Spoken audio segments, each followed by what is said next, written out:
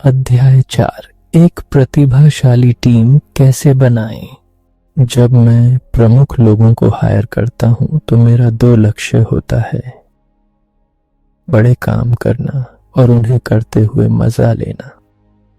जब सही लोग जगह पर हों तो इनमें कोई विरोधाभास नहीं होता, और अगर तुम इसे स्केल पर कर सको तो तुम्हारे पास ऐसी संगठन होगी जो बड़े लक्ष्यों का पीछा कर सकेगी। सीईओ को अपनी लीड की गई टीमों की उपलब्धियों का श्रेय मिलता है, लेकिन वास्तव में सीईओ का सबसे महत्वपूर्ण काम होता है असाधारण लोगों को भर्ती करना जो प्रभावशाली गुणों का संयोजन रखते हों। प्रतिभा तो जरूरी है ही, लेकिन उतना ही महत्वपूर्ण है गुणवत्ता वाले लोग हायर करना जो दूसरों के साथ रचनात्मक बातचीत कर सकें। पिछले अध्याय में मैंने कहा था कि परफेक्शन का लक्ष्य रखना उलटा पड़ सकता है। अच्छा अक्सर काफी अच्छा होता है, लेकिन अगर बिजनेस में एक चीज के लिए इस नियम को तोड़ना हो तो लोगों के लिए तोड़ो। अपनी हायरिंग को जितना संभव हो परफेक्ट बनाओ, क्योंकि गलत व्यक्ति हायर करने से ज्यादा महंगी गलतियां बहुत कम होती हैं। मैं यहाँ विशिष्ट स्किल सेट्स से हटकर ऊंचे नजरिए से बात करूंगा। मूल्यांकन के लिए कई स्रोत इस्तेमाल करो। गलत व्यक्ति हायर करना हर मोर्चे पर महंगा पड़ता है। पैसा, समय, ऊर्जा और कर्मचारियों का कल्याण। भले तुम 90% समय सही लोग हायर करो, 10 में से एक भी गलत व्यक्ति, खासकर सीनियर लेवल पर, बहुत बड़ा गलत संरेखण होता है और विनाशकारी हो सकता है। मेरी कंपनियां मैनेजमेंट कैंडिडेट्स का साक्षात्कार सामान्य से ज्यादा कठोरता से करती हैं। यह नीति है। कोई संभावित एग्जीक्यूटिव टीम में शामिल होने से पहले 7 या 8 साक्षात्कार देता है, कभी ज्यादा। हम सही व्यक्ति ढूंढने में जितना समय लगाते हैं और अनिश्चित व्यक्ति हायर करने की बजाय पद खाली रखते हैं। खाली सीट खराब, फिट से कम नुकसानदेह होती है। जब मैं एक्सपीओ चला रहा था तो ग्रीनविच कनेक्टिकट हेडक्वार्टर्स में काम करने वाले हर व्यक्ति का साक्षात्कार लिया, फ्रंट डेस्क से लेकर सी सूट तक। मुझे जानना था कि आने वाले सालों तक साथ काम करने वाले व्यक्ति के साथ एक ही ऑफिस में होना कैसा लगेगा। मैं इन कैंडिडेट्स की जॉब स्किल्स नहीं जांचता था। मुझे दिलचस्पी थी कि कैंडिडेट ऐसा व्यक्ति है या नहीं जो मेरे और हमारी टीम से जुड़ सके। एग्जीक्यूटिव चेयरमैन की भूमिका में भी मैं प्रमुख हायरिंग के लिए ये 1-on-1 साक्षात्कार करता हूँ। कैंडिडेट के सामने बैठकर मैं अपने विचारों और भावनाओं पर नजर रखता हूँ। इस व्यक्ति की मौजूदगी में मुझे आराम और मजबूती महसूस होती है। वे मुझे प्रेरित करते हैं। ज्यादा प्रक्रियागत स्तर पर हम हर कैंडिडेट से साक्षात्कार से पहले 45 सवालों वाला फॉर्म भरवाते हैं। जवाब हमें शुरू में बहुत बुनियादी जानकारी देते हैं ताकि साक्षात्कार का ज्यादा समय रिज्यूमे के पीछे के व्यक्ति को जानने में लगा सकें। उदाहरण के लिए 45 में से 3 सवाल ये हैं। पूरी लिस्ट के लिए परिशिष्ट सी देखें। लोगों में तुम सबसे ज्यादा कौन सा गुण सराहते हो? तुम्हारे अधीनस्थों को तुम्हारी कमजोरियां क्या लगती हैं? तुम्हारी प्रोफेशनल जिंदगी के 1 या 2 सबसे खुशहाल पल कौन से रहे हैं?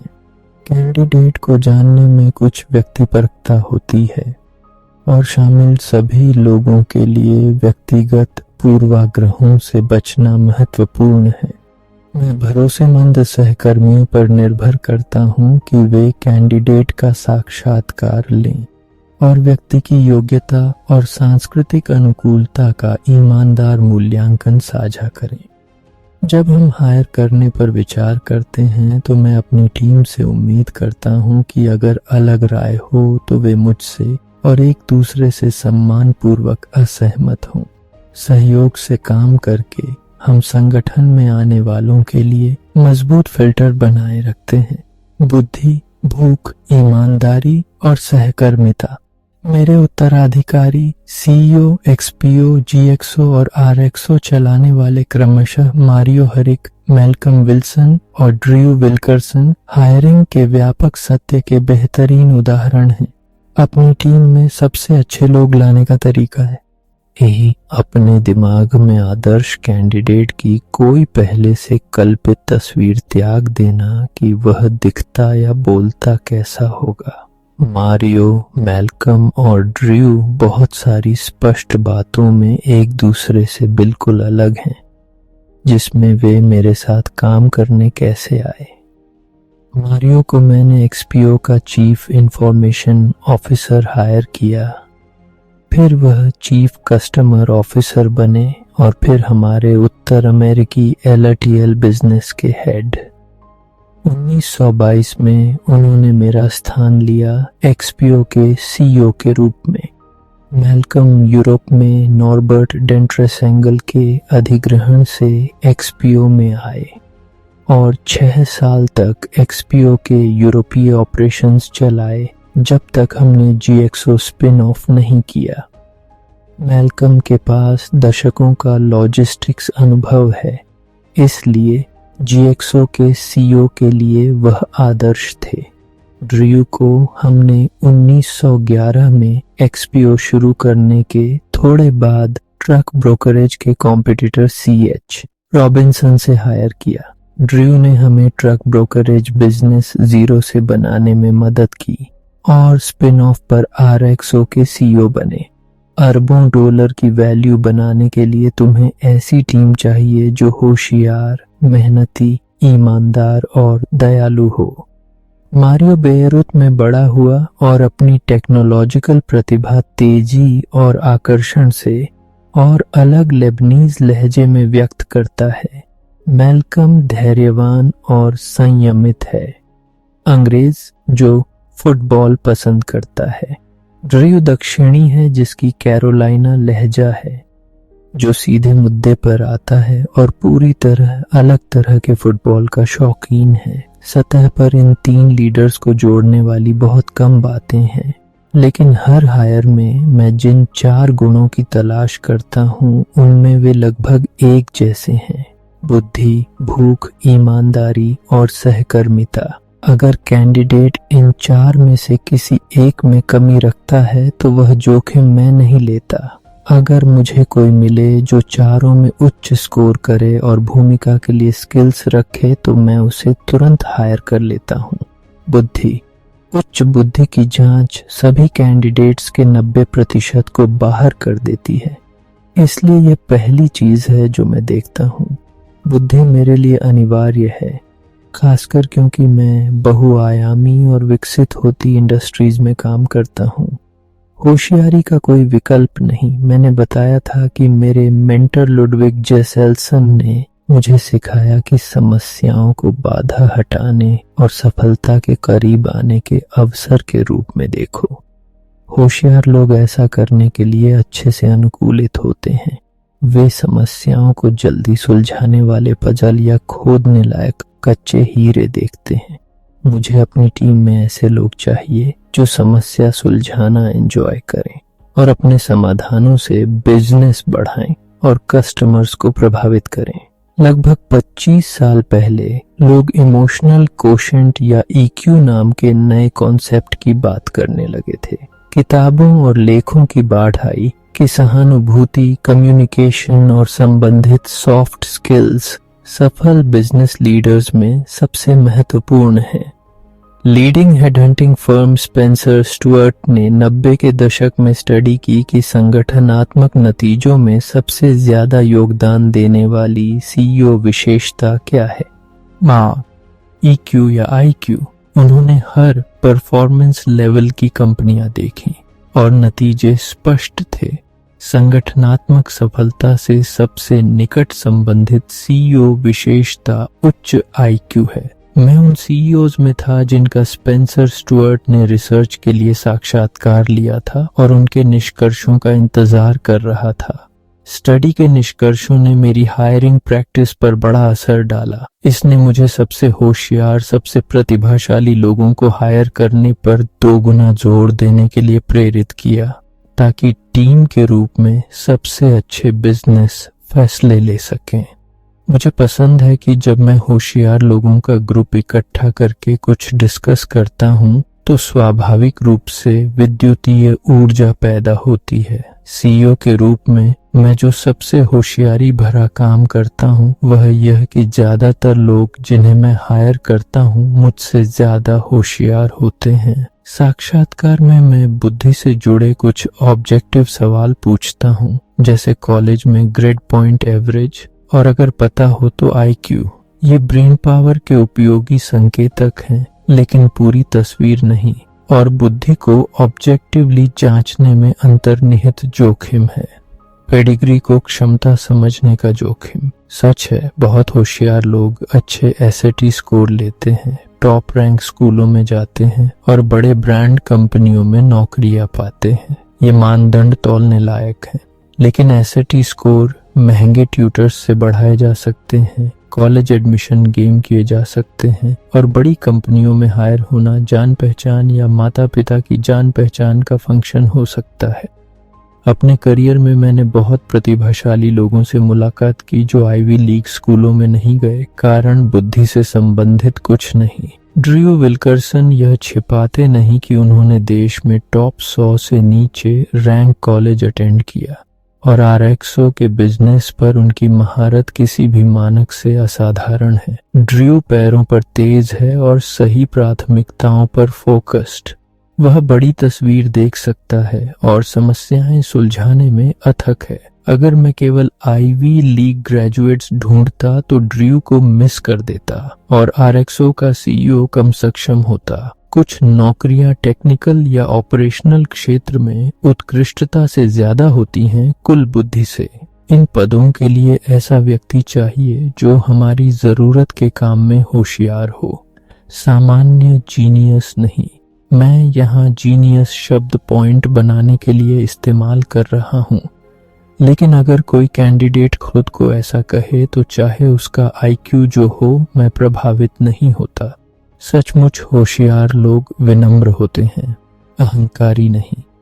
चाहे किसी में कच्ची बुद्धि हो, ज्यादा एकेडमिक सोच हो या फंक्शनल क्षेत्र में केंद्रित बुद्धि, वे दूसरों से सीखने को खुले होने चाहिए।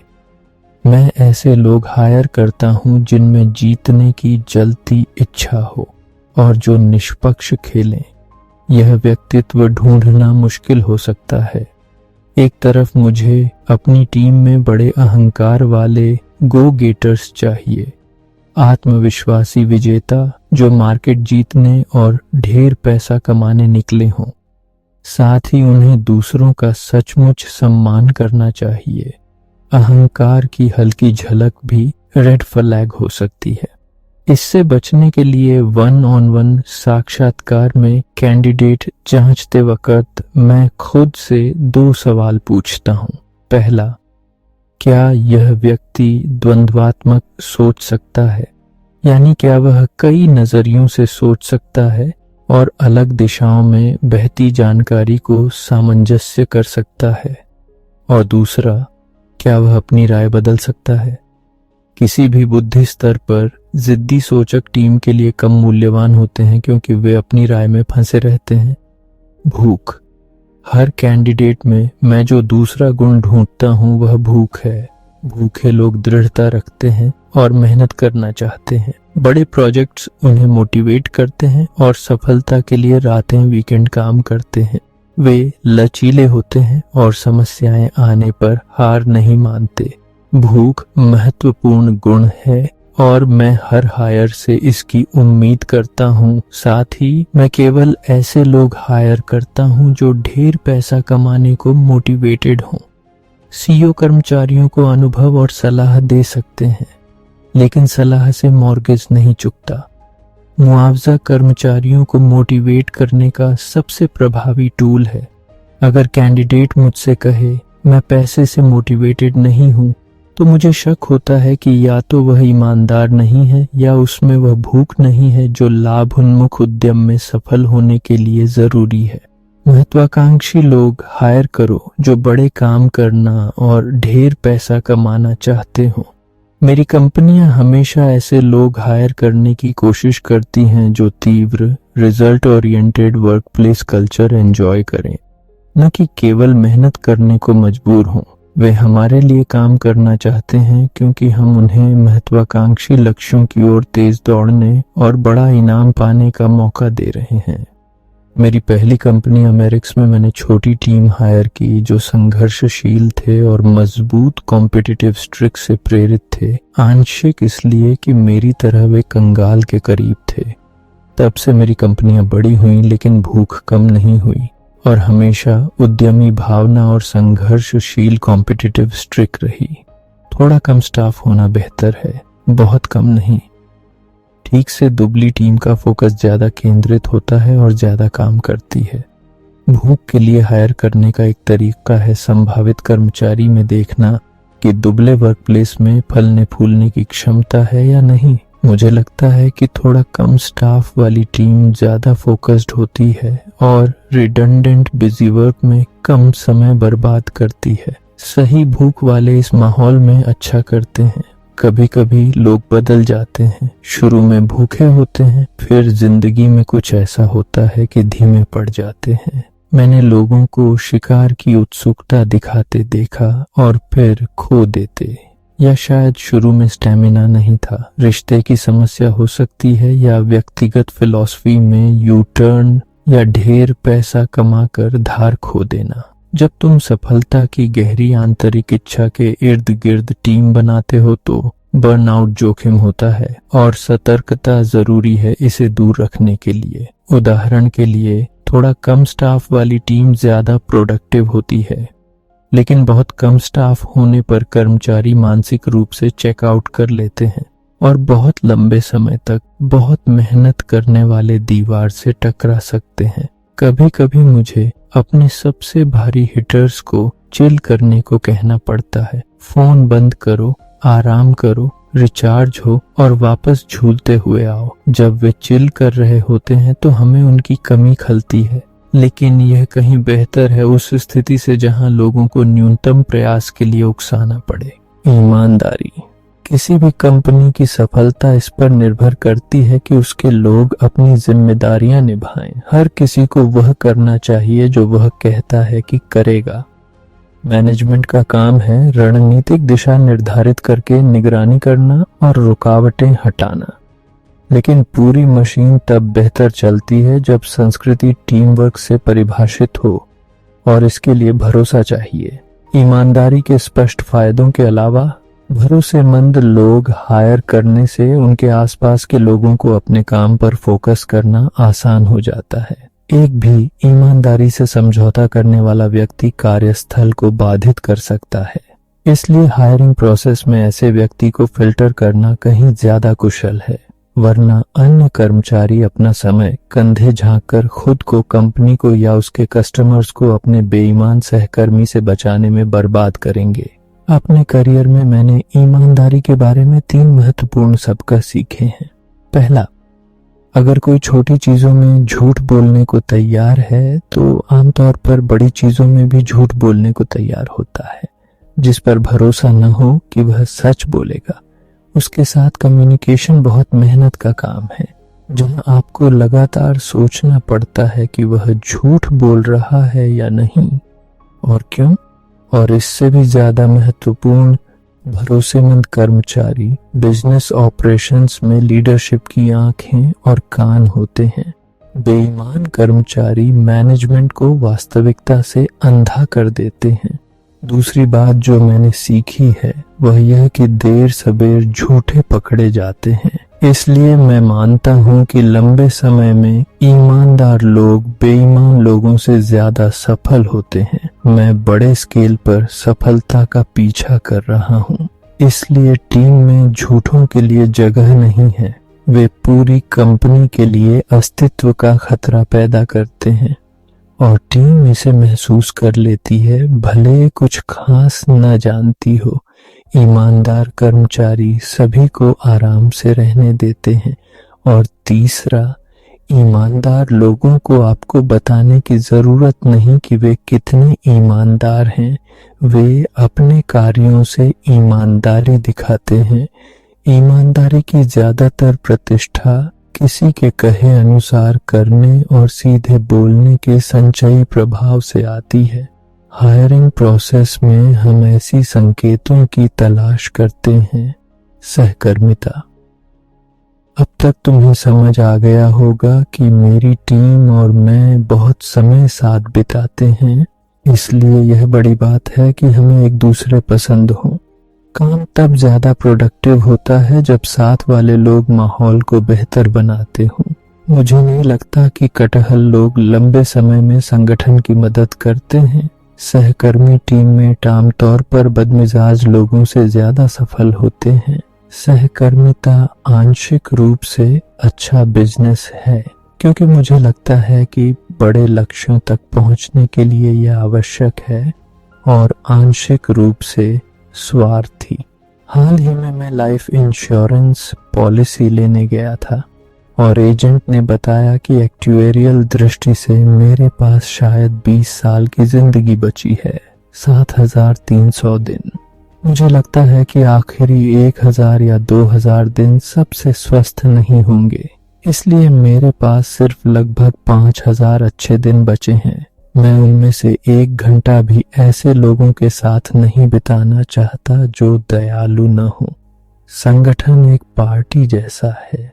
तुम केवल ऐसे लोगों को आमंत्रित करना चाहते हो जो माहौल को बेहतर बनाए।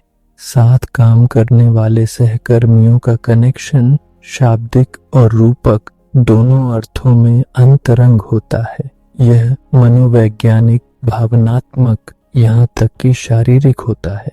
विज्ञान ने खोजा है कि नजदीकी संपर्क में लोग एक दूसरे की शारीरिक प्रक्रियाओं को कई तरीकों से प्रभावित करते हैं। मैं सुनिश्चित करना चाहता हूं कि मेरे आसपास के लोग हर अर्थ में स्वस्थ प्रभाव हों।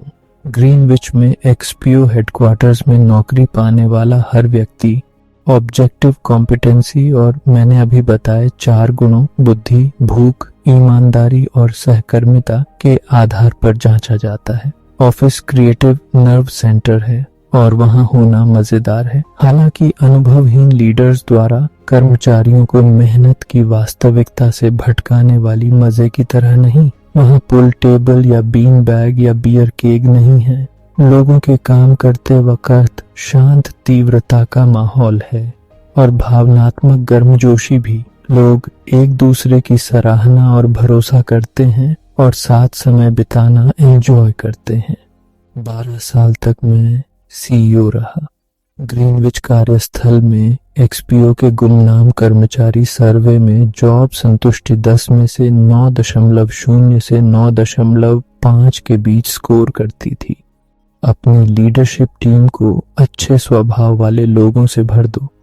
कोई भी झगड़ालू के साथ काम नहीं करना चाहता, चाहे वह बहुत प्रतिभाशाली झगड़ालू ही क्यों न हो। कभी कभी हायरिंग प्रोसेस में कोई सहकर्मी लगता है और टीम में शामिल होने पर काम करना मुश्किल निकलता है। साक्षात्कार में 100% स्क्रीन करना मुश्किल है क्योंकि लोग अपना सबसे अच्छा इंप्रेशन बनाने पर फोकस्ड होते हैं। फिर टीम में आते हैं और उनका असली स्वभाव सामने आता है। यह दुर्भाग्यपूर्ण है। क्योंकि टीम में एक झगड़ालू सभी के लिए चक्र में तीलियां डाल सकता है। मेरी कंपनियों में झगड़ालू ज्यादा दिन नहीं टिकते। वे जल्दी अपना रंग दिखा देते हैं क्योंकि वे दूसरों के साथ सामंजस्य से काम करने को तैयार नहीं होते। जब हायरिंग सही की जाती है तो व्यक्तिगत कर्मचारियों पर असर शक्तिशाली होता है। हर तरफ ऐसा टीममेट जो उन्हें खुद के बारे में और जो कर रहे हैं उसके बारे में बेहतर महसूस कराता है। सभी खुश, ज्यादा ऊर्जावान और ज्यादा प्रोडक्टिव होते हैं। ए, बी और सी प्लेयर्स। जब कंपनी परफॉर्मेंस और एटीट्यूड पर ध्यान नहीं देती तो अच्छे और औसत कर्मचारी महीनों या सालों तक साथ रह सकते हैं बिना मैनेजमेंट के कोई एक्शन लिए। यह हार हार की स्थिति है जो अच्छे कर्मचारी को दबा सकती है और संगठन को नुकसान पहुंचा सकती है, क्योंकि औसत टीम में टीम स्पिरिट को नीचे खींच सकता है। ऐसा न हो, इसके लिए मेरी कंपनियां टैलेंट मूल्यांकन और संगठन की क्वालिटी बढ़ाने के लिए 3 अलग तकनीकें इस्तेमाल करती हैं। पहली तकनीक एक साधारण विचार प्रयोग है जिससे मैं कर्मचारी का मूल्यांकन करता हूँ। मैं कल्पना करता हूँ कि वह व्यक्ति मेरे ऑफिस में आकर बिना चेतावनी के इस्तीफा दे रहा है।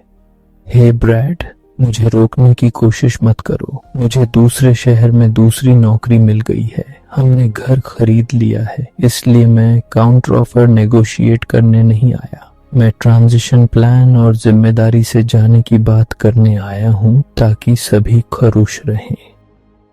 इस परिदृश्य की कल्पना मात्र से मैं अपनी आंतरिक प्रतिक्रिया से तुरंत बता सकता हूँ कि व्यक्ति ए, बी या सी प्लेयर है। अगर मेरा पहला विचार हो, मैं इस व्यक्ति को देर सबेर निकालने वाला था ही, इसलिए कोई बड़ी बात नहीं और अब सेवरेंस नहीं देना पड़ेगा, तो वह सी प्लेयर है। अगर प्रतिक्रिया हो, मुझे पसंद नहीं लेकिन मैं जी सकता हूँ, ट्रांजिशन पीरियड थोड़ा उबड़ खाबड़ हो सकता है, लेकिन हम सर्च चलाएंगे और कोई और ढूंढ लेंगे शायद इससे बेहतर, तो वह बी प्लेयर है। अगर तुम बी प्लेयर हायर करोगे तो वह शायद सी प्लेयर्स हायर करेगा, फिर बी प्लेयर्स के नेतृत्व में सी प्लेयर्स होंगे। ओह नहीं, लेकिन अगर मेरी प्रतिक्रिया आंतरिक पैनिक हो, जैसे हम बहुत बुरे फंस गए, हम इस स्थिति में कैसे पहुंचे, इस व्यक्ति जितना शानदार कोई ढूंढना असंभव है, और मैं इतना घबरा जाऊं कि वह और क्या कह रहा है सुन भी ना पाऊं, तो वह ए प्लेयर है। ऐसे मामले में विचार प्रयोग वेकअप कॉल बनता है और मैं एचआर से उस व्यक्ति के मुआवजे पैकेज और प्रमोशन टाइमलाइन चेक करवाता हूं ताकि हम उन्हें रखने के लिए सब कुछ कर रहे हों, इससे पहले कि वे जाने के बारे में सोचें। ए प्लेयर खोना कार्डिनल सिन है। दूसरी तकनीक है, हम इसी कोडिंग सिस्टम से कंपनी वाइड संगठन में कर्मचारियों को ए, बी या सी प्लेयर में क्यूयूफेन करते हैं। मेरा लक्ष्य है कि कंपनी का हर पद ए प्लेयर से भरा हो। अपरिहार्य रूप से कुछ भी होंगे, लेकिन कोई सी नहीं चाहते। हम सी फ्री जोन हैं। हमारी एचआर टीम हर मैनेजर लेवल और ऊपर के कर्मचारी को ऑब्जेक्टिव कोडिंग सिस्टम से ए, बी या सी में वर्गीकृत करती है। मैनेजमेंट कोडिंग व्यापक प्रोसेस इस्तेमाल करती है जो परफॉर्मेंस और पोटेंशियल दोनों पर विचार करती है। एक्सपीओ जैसे रिजल्ट ओरिएंटेड संस्कृति में अगर मैनेजमेंट में कोई अपने नंबर्स हिट कर रहा है तो वह शायद ए या बी प्लेयर है। यह इस पर निर्भर करता है कि उसके टारगेट कितने प्रभावशाली हैं। तीसरी तकनीक है परफॉर्मेंस अप्रेजल का एक रूप जो मैं अपने डायरेक्ट रिपोर्ट्स के साथ करता हूँ। यह ज्यादा रिलेशनशिप अप्रेजल है। हम 1-on-1 मिलते हैं और एक दूसरे से अपनी प्रोफेशनल रिलेशनशिप की क्वालिटी को 1 से 10 के स्केल पर रेट करने को कहते हैं। फिर अगर 10 न हो तो फॉलो अप सवाल, हमारी प्रोफेशनल रिलेशनशिप 10 बनाने के लिए क्या चाहिए? ये 2 साधारण स्टेप रिलेशनशिप सुधारने के आसान तरीके सामने ला सकते हैं। सी प्लेयर्स को निकालो, लेकिन अच्छे से। जो कर्मचारी लगातार परफॉर्मेंस इश्यूज रखता है वह शायद सी प्लेयर है और उसके मैनेजर को फैसला करना होता है। जब तक कोई बाहरी फैक्टर न हो जिस पर कर्मचारी का स्पष्ट नियंत्रण न हो, मेरा सबसे अच्छा सुझाव है कि उस व्यक्ति को कृपापूर्वक तुरंत कंपनी से बाहर करो, वरना आज के खराब नतीजे भविष्य में बार बार दोहराए जाएंगे। जाहिर है कोई नहीं, कर्मचारी या बॉस इस स्थिति में होना चाहता। जब मैं यूनाइटेड रेंटल्स चला रहा था तो मेरा chief operating officer Wayland Hicks था जो मुझसे 13 साल बड़ा था। वेलैंड जीरोक्स के सुनहरे दिनों में सीईओ रह चुका था और मैंने उससे बहुत कुछ सीखा। एक बुद्धिमत्ता जो उसने साझा की और मैंने अपने साथ रखी है वह है किसी को निकालने का फैसला कब और कैसे करना।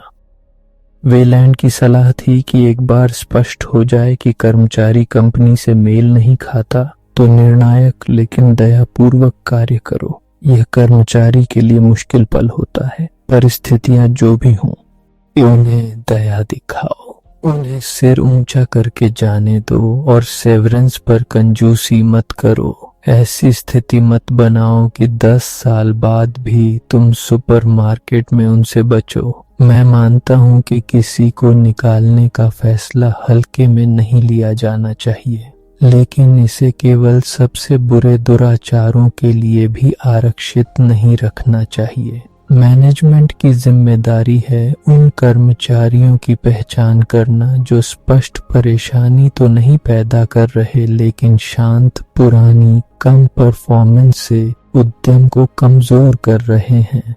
अगर 60 दिन के सुधार प्लान के बाद पर्याप्त प्रगति न हो तो उन्हें जाने दो। यह कर्मचारी के लिए कठिन सबक हो सकता है, लेकिन यह अनुभव वे आगे बढ़ते वक्त इस्तेमाल कर सकते हैं। वास्तविकता यह है कि लोग रोज नौकरियां बदलते हैं और निकाले जाना शॉर्ट टर्म में चुभ सकता है, लेकिन जिन गुणों से उन्हें हायर किया गया था वे उन्हें उम्मीद से बेहतर फिट वाली स्थिति में ले जाएंगे। अपने कर्मचारियों को अधिक वेतन दो। जिन 3 कंपनियों की मैं अभी चेयर करता हूं, उनमें कुल लगभग 1,74,000 कर्मचारी हैं। उनमें से एक भी काम पर इसलिए नहीं आता कि ब्रैड जैकब्स के लिए पैसा कमाए। वे इसलिए आते हैं क्योंकि खुद और अपने परिवार के लिए पैसा कमाना चाहते हैं। घर खरीदने, बच्चों को कॉलेज भेजने या इससे बड़ा सपना पूरा करने के लिए। मुझे यह पसंद है। सपनों का पीछा करने की आजादी ही वह बड़ी वजह है जिसने संयुक्त राज्य अमेरिका को 200 साल से ज्यादा समय तक दुनिया का सबसे समृद्ध राष्ट्र बनाया है। हालांकि यह केवल अमेरिकी इच्छा नहीं है। मैं दर्जनों देशों में बिजनेस करता हूँ और पैसा हर जगह लोगों को प्रेरित करता है। इसलिए मैंने लगभग हर डायरेक्ट रिपोर्ट को अधिक वेतन दिया है ताकि टॉप टियर लोग जगह पर हों। जब मैं किसी को बड़ा बोनस देता हूं या उनकी इक्विटी की वैल्यू बढ़ती देखता हूं तो मुझे संतुष्टि मिलती है कि यह दोहरा फायदा है, क्योंकि मैंने उस व्यक्ति की इंसेंटिव संरचना को कंपनी के लक्ष्यों से सावधानी से जोड़ा है। मेरी कंपनियों में बड़ा पैसा कमाने का एकमात्र तरीका वैल्यू क्रिएशन में असाधारण योगदान है। ज्यादातर लोग खुद के लिए नहीं, अपने प्यार करने वालों के लिए पैसा कमाते हैं। मेरे बहुत लोगों ने $10 मिलियन कमाए, एक मामले में 100 मिलियन से ज्यादा, और मुझे उन्हें देना खुशी हुई। बिजनेस को उन निवेशों से बड़ा रिटर्न ऑन कैपिटल मिला। हमारे शेयर होल्डर्स के लिए $10 अरब की वैल्यू क्रिएट हुई और मुझे यह सुख मिलता है कि मुझे पसंद आने वाले व्यक्ति खुद और अपने परिवार के लिए ढेर पैसा कमाते देखता हूँ।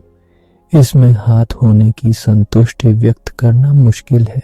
अगर तुम कुछ अरब डॉलर कमाने का लक्ष्य रखते हो तो एक असाधारण प्रतिभाशाली मैनेजमेंट टीम इकट्ठी करो और उन्हें अच्छा वेतन देने को तैयार रहो। उदाहरण के लिए, एक सामान्य कॉन्ट्रैक्ट लॉजिस्टिक्स वेयरहाउस सालाना $10 मिलियन रेवेन्यू जनरेट कर सकता है और उस ऑपरेशन में सबसे महत्वपूर्ण भूमिका वेयरहाउस मैनेजर की होती है। सुविधा में 100 अन्य लोग स्टाफिंग कर रहे हों और कंपनी के ऑर्गेनाइजेशन चार्ट पर वेयरहाउस मैनेजर से ऊपर दर्जनों लोग हों। भले सभी का काम महत्वपूर्ण हो, लेकिन उस एक मैनेजर की क्वालिटी का वेयरहाउस के परफॉर्मेंस पर सबसे मजबूत प्रभाव पड़ता है। सालाना $1 लाख बचाने के लिए वेतन और इंसेंटिव्स पर कंजूसी करना फाइनेंशियल सेंस नहीं बनाता। जब दूसरे नंबर का कैंडिडेट हायर करने से लाखों डॉलर का प्रॉफिट लॉस हो सकता है। मुआवजा सही करना मतलब उसके हर पहलू पर ध्यान देना, न केवल बेस पे बल्कि इंसेंटिव्स भी। जब मैं यूनाइटेड रेंटल्स लीड कर रहा था तो हमारे अधिग्रहण का ताज था यूएस रेंटल्स की खरीद एक बहुत सफल उद्यमी डिक कोलबर्न से। वह अरबपति और म्यूजिशियन थे जिनकी 10 शादियां 9 पत्नियों से हुई थीं। उनकी अजीब आदतों के बावजूद मैं डिक को प्रतिभाशाली बिजनेसमैन मानता था, इसलिए मैंने उनसे वही पूछा जो अब बहुत कॉलेज स्टूडेंट्स मुझसे पूछते हैं, आपने इतना पैसा कैसे कमाया? अरबों डॉलर तक पहुंचने के असली स्टेप क्या हैं?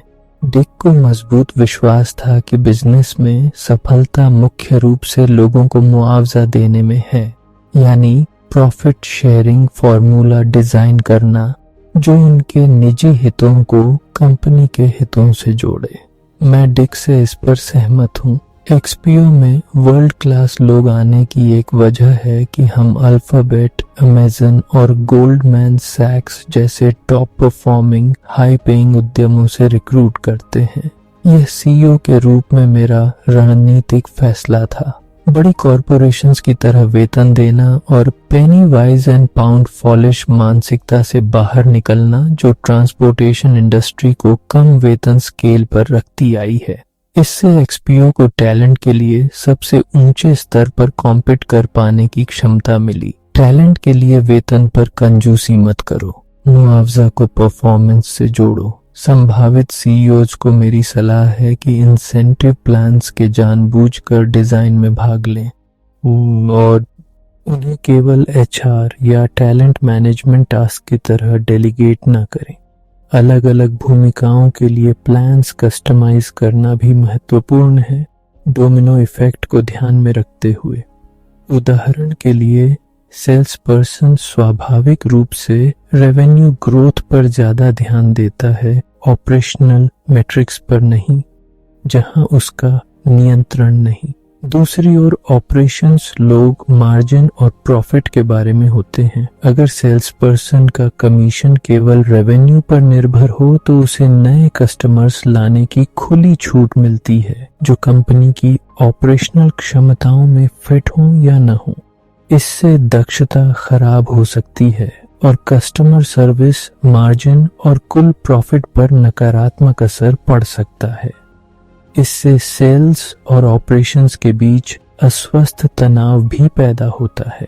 सामान्य रूप से sales commission top line results और प्रॉफिट दोनों पर आंशिक रूप से निर्भर होना चाहिए। इससे सेल्स टीम को ऑपरेशंस टीम के साथ पार्टनरशिप करने की प्रेरणा मिलती है कि कौन से कस्टमर्स कंपनी के लिए सबसे अच्छे फिट हैं।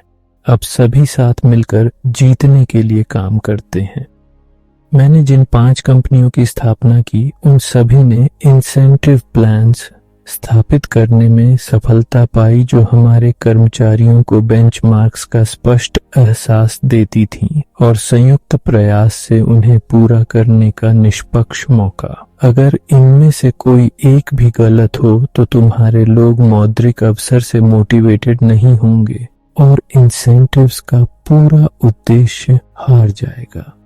मैं आमतौर पर इंसेंटिव मुआवजे पर कैप लगाने के पक्ष में नहीं हूँ। मैं चाहता हूँ कि मेरे लोग जितना दूर और तेज दौड़ सकें उतना प्रोत्साहित महसूस करें। कैप का उल्टा असर हो सकता है। बहुत मामलों में सेल्स पर्सन जो साल के 6 या 8 महीने में कमीशन कैप हिट कर लेता है, वह केवल बेस पे इकट्ठा करते हुए इंसेंटिव रीसेट होने का इंतजार करने को मोटिवेटेड होता है। लेकिन अगर उसे पता हो कि उसका इंसेंटिव कंप परफॉर्मेंस से सहसंबंधित ओपन एंडेड है तो वह प्रॉफिटेबल बिजनेस साइन करने के तरीके ढूंढता रहेगा। यह दृष्टिकोण पूरे वर्कफोर्स में लागू किया जा सकता है, घंटे के आधार पर कर्मचारियों सहित। एक्सपीओ में हम बेस सैलरी को सामान्य इंडस्ट्री पैरामीटर्स में रखने की कोशिश करते हैं, लेकिन इंसेंटिव मुआवजे को मार्केट से ऊपर रखते हैं। आरएक्सओ जो स्पिन ऑफ के रूप में अपनी पहली वर्षगांठ के करीब है, ने भी इसी तरह की संरचना अपनाई है। RXO अपनी ब्रोकरेज, सेल्स और कैरियर टीमों को उचित बेस सैलरी देता है और बड़े इंसेंटिव पैकेज ऑफर करता है। हाल ही में मैंने उनके नॉर्थ कैरोलिना हेडक्वार्टर्स का दौरा किया और RXO टीमें बहुत मेहनत करती हैं। मजबूत वर्क एथिक और ढेर पैसा कमाने की क्षमता का संयोजन व्यक्तिगत रूप से शक्तिशाली टेलविंड है। पब्लिकली ट्रेडेड कंपनियों में इक्विटी का कुल मुआवजे में महत्वपूर्ण भूमिका होती है। मेरी कंपनियां मार्केट से ऊपर इक्विटी इंसेंटिव्स ऑफर करती हैं क्योंकि हम सच्चे विश्वासी चाहते हैं, ऐसे लोग जो हमारी विजन से जुड़े हों और शेयर होल्डर वैल्यू क्रिएट करने की हमारी ड्राइव साझा करें। इक्विटी में बिल्ट इन इंसेंटिव होता है कि लंबे समय तक रहें और कंपनी को बेहतरीन परफॉर्म करने में मदद करें। इक्विटी इंसेंटिव्स सबसे प्रभावी तब होते हैं जब वे कर्मचारी की वैल्यू को रिफ्लेक्ट करें, जो समय के साथ वेस्टिंग से बदल सकती है। मैं लगातार XPO की ह्यूमन रिसोर्सेज टीम के साथ कंपनी के टॉप 200 कर्मचारियों के वेस्टेड और अनवेस्टेड स्टॉक होल्डिंग्स का मूल्यांकन करता हूँ। हम ये वैल्यूज साल में 4 या 5 बार रिव्यू करते हैं और अगर किसी की होल्डिंग्स कंपनी में जोड़ रही वैल्यू के मुकाबले अपर्याप्त हों तो हम उन्हें स्पॉट इक्विटी बोनस देते हैं। अगर टॉप परफॉर्मर की हिस्सेदारी लगभग पूरी तरह वेस्टेड हो गई हो, मतलब उन्होंने कंपनी के साथ इतना लंबा समय बिताया कि उनकी इक्विटी मुआवजा पूरी तरह उनकी हो गई, तो हम आम तौर पर उन्हें लंबे समय के लिए और इक्विटी देते हैं ताकि रिटेंशन को प्रोत्साहित करें। मैं इक्विटी को बिजनेस वर्ल्ड में सामान्य से कहीं गहराई तक ऑर्गेनाइजेशन चार्ट में फैलाना पसंद करता हूँ।